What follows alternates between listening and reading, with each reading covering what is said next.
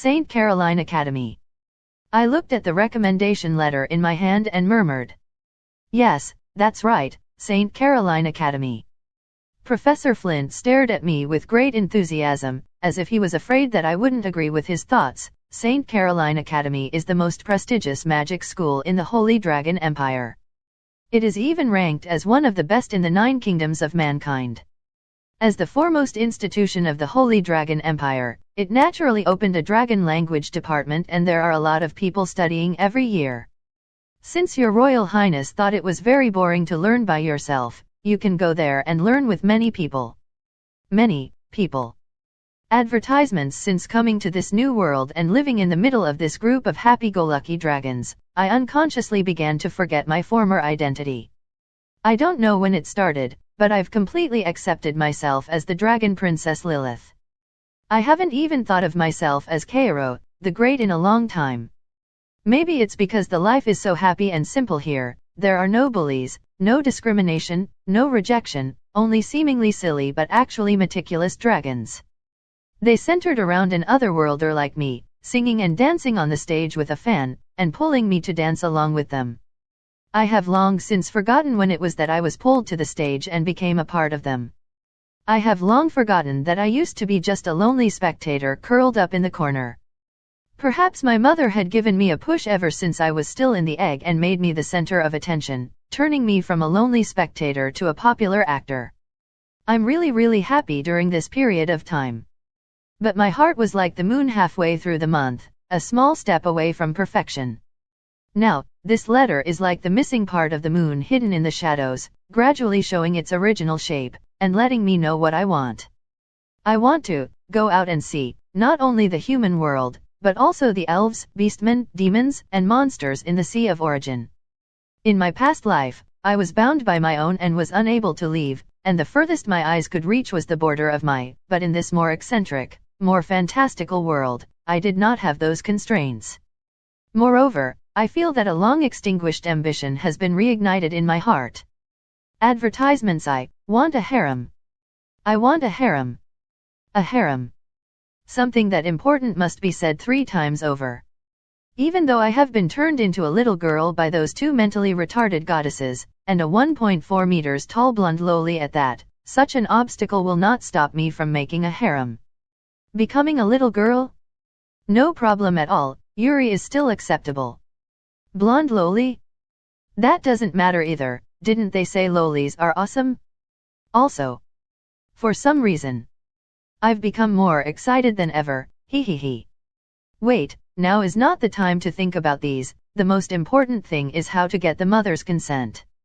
After all, she's extremely overprotective of me and certainly wouldn't be able to stand having her daughter leaving on her own. It seems that I have to. Since my daughter wants to go, just go. I suddenly heard my mother's voice. This chapter is provided to you by Relibrary. I turned around and saw my mother, who had been standing behind me from God knows when with a gentle smile on her face. Advertisements. Why, I don't understand why she chose to act like this. My mother habitually pat my head and said, I have been thinking about it since you were born. Is my daughter more suitable to live as a dragon or a human? We dragons are extremely long-lived. That longevity can be a curse, which forces us to live with loneliness, but you can't. However, I wanted to refute my mother. After all, I lived through most of my past life by myself, how could I not stand being alone? But my mother placed a finger on my lips and bade me not to speak. I know that you can withstand loneliness, but you are afraid of being alone. As a mother, how could I make my child stay with what she fears the most, so I always try to stay with you. But you, my mother's eyes were slightly dim, are still more like human beings in the end. Human-like figure, human-like thinking, it's only natural that you'd be surprised by some of the dragon race's practices. For example, why do you think we learn things so slowly? Could it really be just because our brains are all no good? No, in fact, we learn slowly on purpose, we are just giving ourselves something to look forward to doing. Otherwise, the deeply rooted boredom and loneliness would drive us dragons insane. Since you're more like humans, you might as well go to the human world. I stayed silent for a long time, Then I smiled and said, okay, but I won't stay in the human world forever. When I finish learning the dragon language I'll come back. After all, this is my home. Mom's smile returned, of course, this will always be your home. Then she turned around and wiped a crystal clear tears away from the corner of her eyes. Then she clapped her hands at the dragons who were feeling tipsy from drinking. All right, that's enough. All of you get up now. The party is over, time to change this party's purpose to Artemis Niger Lilith's farewell celebration. The dragons who were originally noisy suddenly quieted down, all looking at me and my mother, after a while. The crown princess is leaving. Where is she going? Is it because of something we did, crown princess? Crown princess, it's not. I shook my head, I just want to learn the dragon language in the human kingdom. Not only the dragon language, I also want to learn magic and martial arts. I want to become the most powerful princess in the history of the dragon race and let my name, Chaos Dragon Artemis Niger Lilith, resound throughout the world. I made such a strong speech, but of course, the most important sentence has yet to be said. I'm afraid that I won't be able to leave if I say it today. As expected of our crown princess to have such a lofty ambition. This chapter is provided to you by Relibrary. If you are reading this, that means this content is stolen. Please support us by visiting our site. Precisely, I recall that in the history of the dragon race there was a royal princess who nearly conquered the world, and our princess said that she would surpass her. Is she going to start a worldwide campaign? Oh, that's quite incredible. Advertisements. Crown Princess, if you want to conquer the world, please be sure to call me to be your vanguard. Me too, me too. Add me too.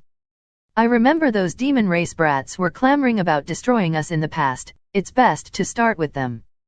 I watched dumbfounded as the group of dragons jumped up and down while making declarations that they'd conquer the world, itching to immediately armor up and kill their enemies.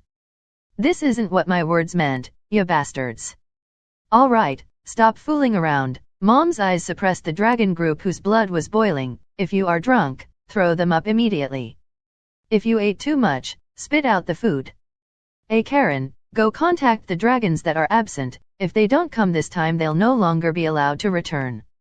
All dragons without a task, begin rearranging the venue and make sure to uphold a standard of excellence.